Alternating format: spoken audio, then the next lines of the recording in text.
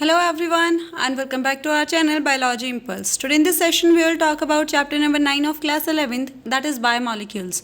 So here we will discuss this chapter with the help of handwritten notes. So without wasting any time, let's proceed with our today's session. The chemicals or the molecules present in the living organisms are biomolecules. यानी कि जितने भी chemicals या फिर जो molecules living organisms के अंदर present होते हैं उनको हम biomolecules बोलते हैं. अब ये जो बायोमोलिक्यूल्स हैं इनको दो पार्ट के अंदर डिवाइड किया हुआ है. सबसे पहले है इनऑर्गेनिक और फिर है ऑर्गेनिक. अगर हम इनऑर्गेनिक बायोमोलिक्यूल्स की बात करें तो इसके अंदर मिनरल, गैसेस और वाटर को इंक्लूड किया जाता है. वहीं अगर हम ऑर्गेनिक बायोमोलिक्यूल्स की बात करें तो इसके अंदर carbohydrate, fat, protein, nucleic acid और वाइटामिन्स को इंक्लूड किया जाता है. अब ये जो डिफरेंट मॉलिक्यूल्स बायोमोलिक्यूल्स हैं इनको क्लासिफाई किया जा सकता है ऐसे एल्डिहाइड के फॉर्म में, कीटोन की फॉर्म में, एरोमेटिक कंपाउंड की फॉर्म में, और ये उनकी केमिकल फॉर्म होती है. वहीं पे जो अमाइनो एसिड हैं, न्यूक्लियोटाइड हैं, फैटी एसिड हैं, उनको हम बायोकेमिकल फॉर्म में भी क्लासिफाई कर सकते हैं. अब अगर बायोमोलिक्यूल्स के दो टाइप हो सकते हैं. पहला है माइक्रोमोलिक्यूल और दूसरा है मैक्रोमोलिक्यूल्स. जितने भी water, gas, sugar, amino acids, nucleotides वगैरह हैं, ये सारे माइक्रोमोलिक्यूल होते हैं. और जो कार्बोहाइड्रेट है, लिपिड है, प्रोटीन है या फिर जो न्यूक्लिक एसिड हैं, ये मैक्रोमोलिक्यूल्स होते हैं. तो हम सबसे पहले बात करने वाले हैं अमाइनो एसिड के बारे में. तो जो अमाइनो एसिड होता है इसके अंदर एक तो होता है अमाइनो ग्रुप और दूसरा होता है कार्बन, अल्फा कार्बन. और ये जो अल्फा कार्बन है ये बेसिकली एक एसिडिक ग्रुप है जो कि सेम कार्बन के ऊपर एज अ सब्सटीट्यूट प्रेजेंट होता है. इसीलिए जो अमाइनो एसिड्स हैं इनको अल्फा अमाइनो एसिड्स भी बोला जाता है.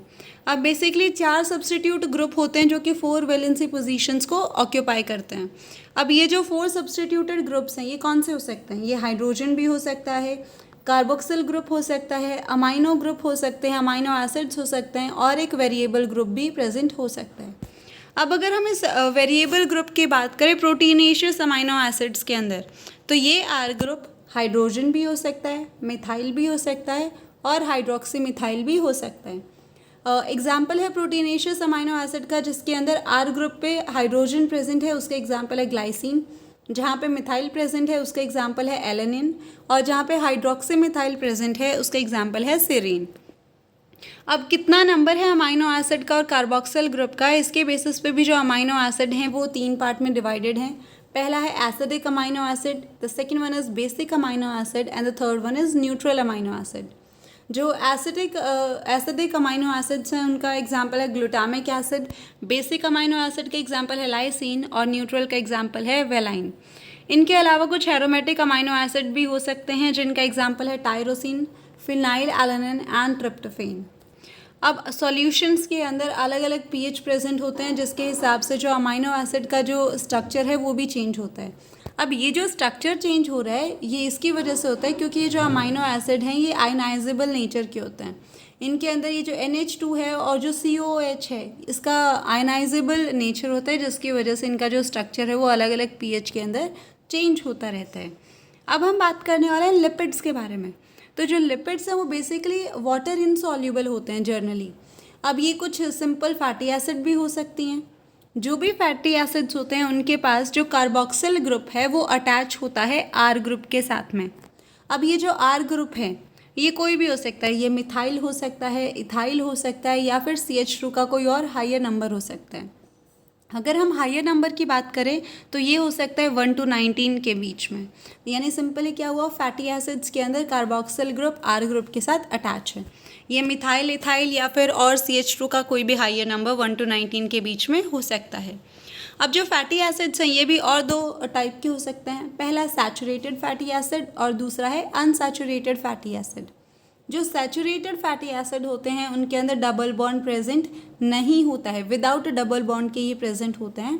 वहीं जो अनसैचुरेटेड फैटी एसिड हैं इनके अंदर एक या एक से ज़्यादा डबल बॉन्ड जो है कार्बन के बीच में वो प्रेजेंट होता है. अब जो ग्लिसरॉल है वो एक ट्राईहाइड्रोक्सी प्रोपेन है. बहुत सारे जो लिपिड्स होते हैं उनके अंदर ग्लिसरॉल और फैटी एसिड दोनों प्रेजेंट होते हैं और ये दोनों बेसिकली स्टेरिफाइड विद ग्लिसरॉल की फॉर्म में यहाँ पे पाए जाते हैं. और ये कौन कौन से हो सकते हैं? ये मोनोग्लिसराइड हो सकता है, डाइग्लिसराइड्स हो सकते हैं या फिर ट्राइग्लिसराइड्स भी हो सकते हैं. मेल्टिंग पॉइंट के बेसिस पे जो लिपिड्स हैं वो फैट की फॉर्म में भी हो सकते हैं, ऑयल की फॉर्म में भी हो सकते हैं.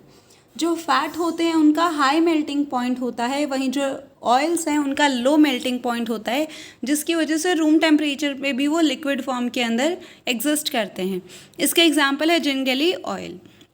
अब हम बात करते हैं फॉस्फोलिपिड्स के बारे में।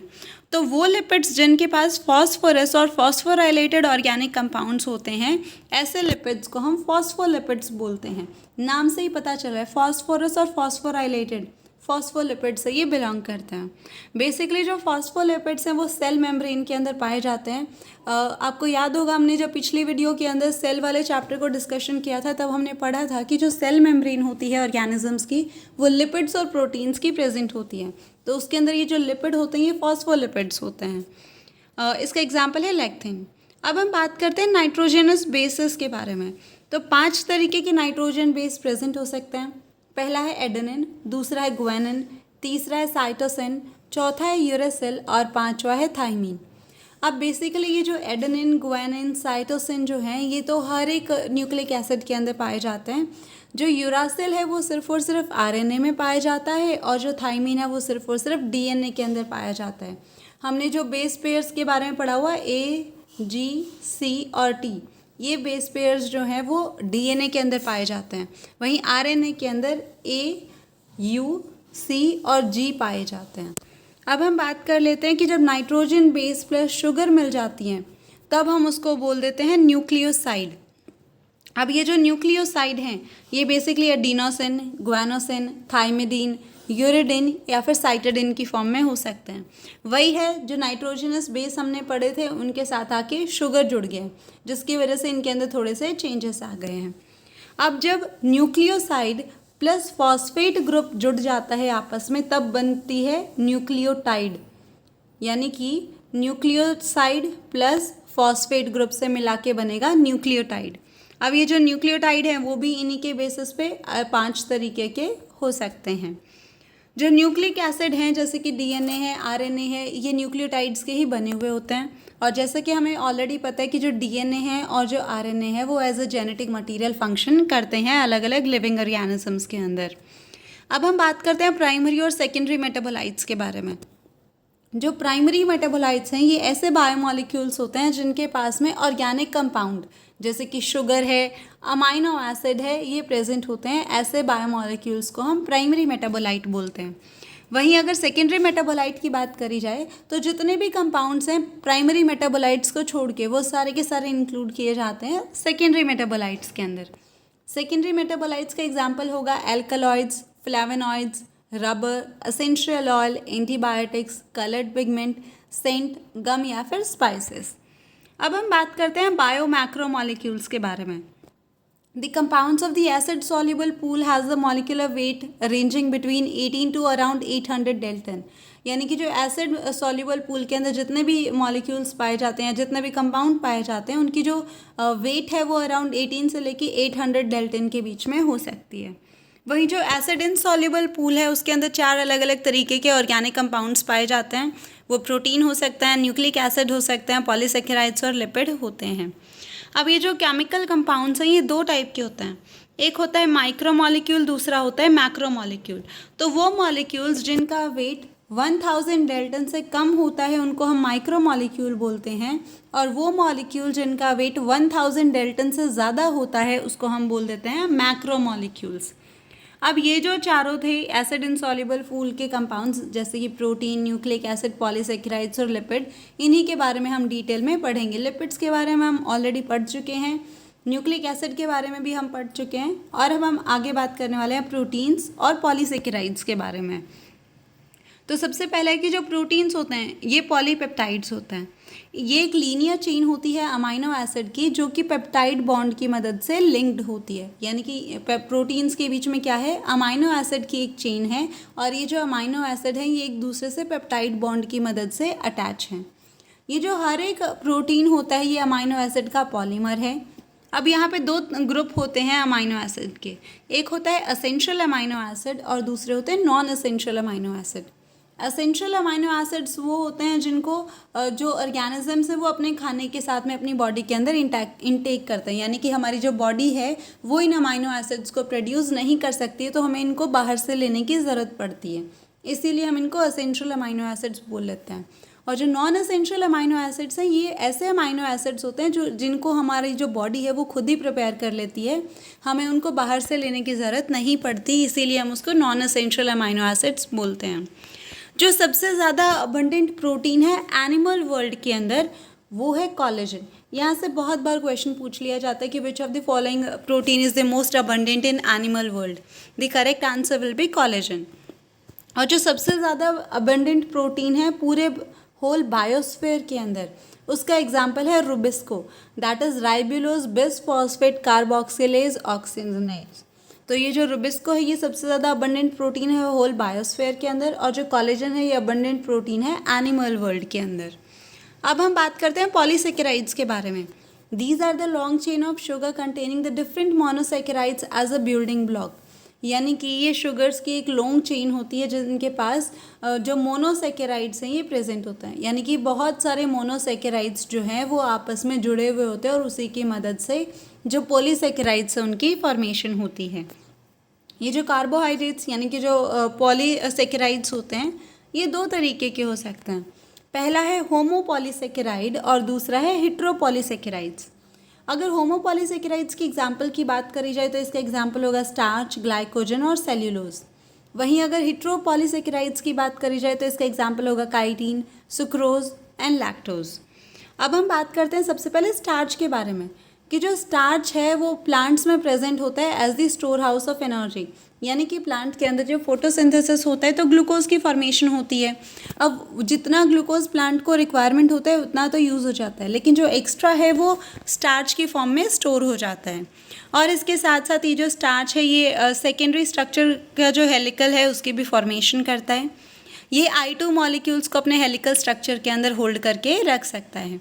वहीं अगर हम सेल्यूलोज की बात करें तो सेल्यूलोज के पास में ग्लूकोज मॉलिक्यूल्स होते हैं जो कि एक दूसरे के साथ जुड़े हुए होते हैं 1,4 बीटा लिंकेज की मदद से। यानी सेल्यूलोज क्या है, बहुत सारे एक साथ में जो ग्लूकोज हैं वो जुड़े हुए हैं और ये एक दूसरे के साथ कनेक्टेड हैं 1,4 बीटा लिंकेज की मदद से। और ये जो सेल्यूलोज है ये मोस्ट अबंडेंट ऑर्गेनिक मॉलिक्यूल है पूरे अर्थ के अंदर। अब हम बात करते हैं ग्लाइकोजन के बारे में। These are also known as animal starch as it is the reserve food material for the animals, bacteria and the fungi. जो ग्लाइकोजन है इसको एनिमल स्टार्च बोला जाता है क्योंकि as a reserve food material काम करता है एनिमल्स के अंदर भी, बैक्टीरियाज के अंदर भी और फंगी के अंदर भी। In this, the glucose molecules are arranged in the highly branched bush-like chain having the two types of linkage, that is 1,4-alpha in a straight chain and the 1,6 linkage in the branching chain. अब हम बात करते हैं proteins के structure के बारे में। तो जो बेसिकली जो प्रोटीन्स हैं इनके 4 स्ट्रक्चर्स होते हैं। सबसे पहला है primary structure, then is secondary structure, जो तीसरा tertiary structure and the last one is quaternary structure. तो इन्हीं चारों स्ट्रक्चर्स के बारे में हम एक एक करके डिटेल में बात करते हैं। अगर प्राइमरी स्ट्रक्चर की बात करी जाए तो ये बिल्कुल बेसिक स्ट्रक्चर होता है प्रोटीन्स का, जिसके अंदर जो पॉलीपेप्टाइड्स हैं वो इन्वॉल्व होते हैं, अमाइनो एसिड्स की सीक्वेंस उनके पास प्रेजेंट होती है। यहाँ पे जो फर्स्ट अमाइनो एसिड होता है इसको एन टर्मिनल अमाइनो एसिड बोला जाता है। वही जो लास्ट अमाइनो एसिड होता है उसको हम सी टर्मिनल अमाइनो एसिड भी बोलते हैं। यानी सिंपली क्या हुआ, प्राइमरी स्ट्रक्चर के अंदर एक बेसिक स्ट्रक्चर है प्रोटीन्स का, जिसके अंदर जो अमाइनो एसिड है उसकी सीक्वेंस प्रेजेंट है। जो पहला अमाइनो एसिड होगा उसको हम बोलेंगे एन टर्मिनल अमाइनो एसिड, और जो लास्ट अमाइनो एसिड होगा उसको बोलेंगे सी टर्मिनल अमाइनो एसिड। अगर सेकेंडरी स्ट्रक्चर की बात करी जाए तो ये कुछ थ्रेड लाइक है जो कि हेलिक्स की फॉर्मेशन करते हैं। 3 तरीके का जो सेकेंडरी स्ट्रक्चर है वो एग्जिस्ट करता है। पहला है एल्फा हेलिक्स, दूसरा है बीटा प्लीटेड और तीसरा है कोलेजन। अगर टर्शरी स्ट्रक्चर की बात करी जाए तो ये लॉन्ग प्रोटीन चेन होती है जो कि खुद के ऊपर ही फोल्डेड होती है, जैसे कि एक हॉलो वुलन बॉल के जैसा 3D ये व्यू प्रोवाइड करती है किसी भी प्रोटीन को। यानी कि जो ऊन की बॉल होती है, वुलन बॉल होती है, बिल्कुल उसके जैसा ये जो टर्शरी स्ट्रक्चर है ये प्रेजेंट होता है। लास्ट अगर बात करी जाए क्वाटरनरी स्ट्रक्चर की, तो each polypeptides develop its own tertiary structure and the function as the subunit of the proteins. और क्वाटरनरी स्ट्रक्चर का एग्जाम्पल होगा हीमोग्लोबिन। अगर एडल्ट हीमोग्लोबिन की बात करी जाए तो यहाँ पे 4 सब यूनिट्स प्रेजेंट होती हैं। जो 2 सब यूनिट होती हैं वो तो एल्फा टाइप की होती हैं और जो बाकी की 2 सब यूनिट हैं वो बीटा टाइप की होती हैं। अगर बात करी जाए nature of bond linkage of the monomers in a polymers की, तो यहाँ पे in a protein the amino acid are linked by a peptide bond, कि जो अमाइनो एसिड्स हैं प्रोटीन के अंदर वो एक दूसरे के साथ लिंक होते हैं पेप्टाइड बॉन्ड की मदद से। इसको हम ऑलरेडी पहले भी पढ़ चुके हैं। अब ये जो पेप्टाइड बॉन्ड है इसकी फॉर्मेशन कब होती है? तो इसकी फॉर्मेशन तब होती है जब कार्बोक्सिल ग्रुप होगा एक अमाइनो एसिड का और वो रिएक्ट करेगा नेक्स्ट अमाइनो ग्रुप के साथ। जो नेक्स्ट अमाइनो एसिड होगा उसके अमाइनो ग्रुप के साथ ये रिएक्ट करेगा, तब जाके पेप्टाइड बॉन्ड की फॉर्मेशन होती है। और इसके साथ साथ जो वाटर मॉइटी है उसका भी एलिमिनेशन होता है और जिसको डिहाइड्रेशन भी बोला जाता है। यानी सिंपली क्या हुआ, अमाइनो एसिड आपस में पेप्टाइड बॉन्ड की मदद से जुड़े हैं। पेप्टाइड बॉन्ड की फॉर्मेशन कैसे हुई कि जो फर्स्ट अमाइनो एसिड है उसका कार्बोक्सिल ग्रुप और जो नेक्स्ट अमाइनो एसिड है उसका अमाइनो ग्रुप, ये दोनों आपस में मिलकर इंटरैक्ट करेंगे जिसकी मदद से पेप्टाइड बॉन्ड बनेगा और यहाँ पे वाटर का एलिमिनेशन होगा जिसको हम डिहाइड्रेशन बोलते हैं। अब हम बात करते हैं ग्लाइकोसाइडिक बॉन्ड के बारे में। तो ये जो ग्लाइकोसाइडिक बॉन्ड है ये भी डिहाइड्रेशन की मदद से ही बनता है। अब ये जो ग्लाइकोसाइडिक बॉन्ड है ये बेसिकली बनता है दो कार्बन एटम्स के बीच में। जो दो एडजेसेंट मोनोसेकेराइड्स हैं उसके जो दो कार्बन एटम्स हैं उनके बीच में जो ग्लाइकोसाइडिक बॉन्ड है उसकी फॉर्मेशन होती है। अगर हम ईस्टर बॉन्ड की बात करें तो यहाँ पे ये बॉन्ड बनता है फॉस्फेट और हाइड्रोक्सिल ग्रुप के बीच में। जो शुगर है उसका फॉस्फेट और जो हाइड्रोक्सिल ग्रुप है वो आपस में इंटरैक्ट करेंगे जिसकी मदद से ईस्टर बॉन्ड की फॉर्मेशन होती है। और जो लास्ट है दैट इज़ फॉस्फोडाइस्टर। तो as there is one such ester bond on either side it is called as the phosphodiester bond. अब हम एक बार बात कर लेते हैं वाटसन क्रिक मॉडल के बारे में। तो जो डीएनए का डबल हेलिकल स्ट्रक्चर था वो दिया था वाटसन एंड क्रिक ने, तो उसी के बारे में हम बात करते हैं। तो ये जो वाटसन और क्रिक मॉडल है ये बोलता है कि जो डीएनए है वो डबल हेलिक्स की फॉर्म में एग्जिस्ट करता है, यानी कि दो हेलिक्स होंगे, यहाँ पे दो जो चेन्स हैं वो प्रेजेंट होंगी। दो स्ट्रैंड्स जो होंगे पॉलीन्यूक्लियोटाइड्स के वो एंटी पैरेलल होंगे एक दूसरे के, यानी कि ऑपोजिट डायरेक्शन में रन करते हैं। अगर हम डीएनए की स्ट्रक्चर की बात करें तो जो पहला स्ट्रैंड होता है अगर उसकी डायरेक्शन है 3' to 5', तो जो दूसरी चेन होगी उसकी जो चेन होंगी वो होगी पहली 5' से लेके 3', यानी कि एक दूसरे से क्या है, एंटी पैरेलल है। और ये जो डीएनए के दोनों स्ट्रैंड्स हैं ये आपस में जुड़े हुए होते हैं with the help of nitrogen base. Nitrogen base के बारे में हम ऑलरेडी पहले भी बात कर चुके हैं। नाइट्रोजन बेस 4 थे डीएनए के अंदर, ए, टी, सी और जी। तो अगर ए है तो हमेशा ए के साथ आता है टी, और अगर सी है तो सी के साथ हमेशा आता है जी। इसी के बेसिस पे अगर हम इस स्ट्रक्चर की फॉर्मेशन करते हैं, दोबारा से अगर बनाने की कोशिश करते हैं, this is 3', this is 5', this is 5' and this is 3'। ये तो हो गई एंटी पैरेलल पोलैरिटी। अब ये बीच में है, दोनों के बीच में नाइट्रोजनस बेस पेयर। तो अगर यहाँ पे पहले स्ट्रैंड के अंदर ए प्रेजेंट है तो ए के साथ हमेशा आएगा T. A stands for adenine और टी स्टैंड्स फॉर थाइमिन। अगर यहाँ पे सी है यानी साइटोसिन है तो इसके पास आएगा ग्वानिन यानी कि जी। तो इसी तरीके से पूरा जो डीएनए स्ट्रैंड है हम उसकी फॉर्मेशन कर सकते हैं कि फिर से यहाँ अगर जी है तो इधर सी आ जाएगा, यहाँ पे टी है तो यहाँ पे ए आ जाएगा, यहाँ पे ए है तो फिर से यहाँ पे टी आएगा, टी है तो यहाँ पे ए आएगा। इसी तरीके से जो डीएनए की हेलिक्स है उसकी फॉर्मेशन होती है। The backbone is formed by the sugar phosphate sugar chain. और जो बैकबोन होती है डीएनए की वो बनी होती है शुगर और फॉस्फेट से। हमने ऑलरेडी पढ़ा था कि जो डीएनए उसके अंदर न्यूक्लियोटाइड्स प्रेजेंट होते हैं, और न्यूक्लियोटाइड किस किस चीज़ के बने थे? सबसे पहले तो उनके अंदर नाइट्रोजनस बेस पेयर थे, इसके अलावा फिर उनके पास फॉस्फेट ग्रुप था और उसके साथ साथ उनके पास शुगर थी। जब नाइट्रोजन बेस शुगर के साथ इंटरैक्ट करते हैं, दोनों साथ में प्रेजेंट होते हैं, तब हम उसको बोलते हैं न्यूक्लियोसाइड। और जब इनके साथ में फॉस्फेट ग्रुप भी प्रेजेंट होता है तब हम उसको बोलते हैं न्यूक्लियोटाइड। तो यहाँ पे शुगर फॉस्फेट की बैकबोन प्रेजेंट होती है। The A and G of the one strand compulsory base pair with the T and C respectively on the other strand. वही जो हमने अभी अभी बात करी कि अगर एक स्टैंड के ऊपर ए प्रेजेंट है तो जो दूसरा स्टैंड होगा डीएनए का उसके साथ टी आएगा। अगर पहले स्टैंड के ऊपर जी प्रेजेंट है तो दूसरे स्टैंड के साथ सी आएगा। इसी को बोला जाता है, ये जो ए टी सी जी हैं ये दो तरीके के होते हैं, प्यूरिन और पायरिडीन्स होते हैं। तो हमेशा प्यूरिन पायरिडीन्स एक साथ आते हैं। जो डबल बॉन्ड है वो प्रेजेंट होता है ए और टी के बीच में, और ट्रिपल हाइड्रोजन बॉन्ड प्रेजेंट होता है सी और टी के बीच में, सी और जी के बीच में। यानी कि एडेनिन और थाइमिन के बीच में डबल हाइड्रोजन बॉन्ड है, ए और टी के बीच में डबल बॉन्ड है, और जो सी और जी है उसके बीच में ट्रिपल हाइड्रोजन बॉन्ड प्रेजेंट होता है, जिसकी वजह से सी और जी को ब्रेक करना और ज़्यादा डिफिकल्ट हो जाता है। 1 full turns of the helical structure would involve the 10 base pair।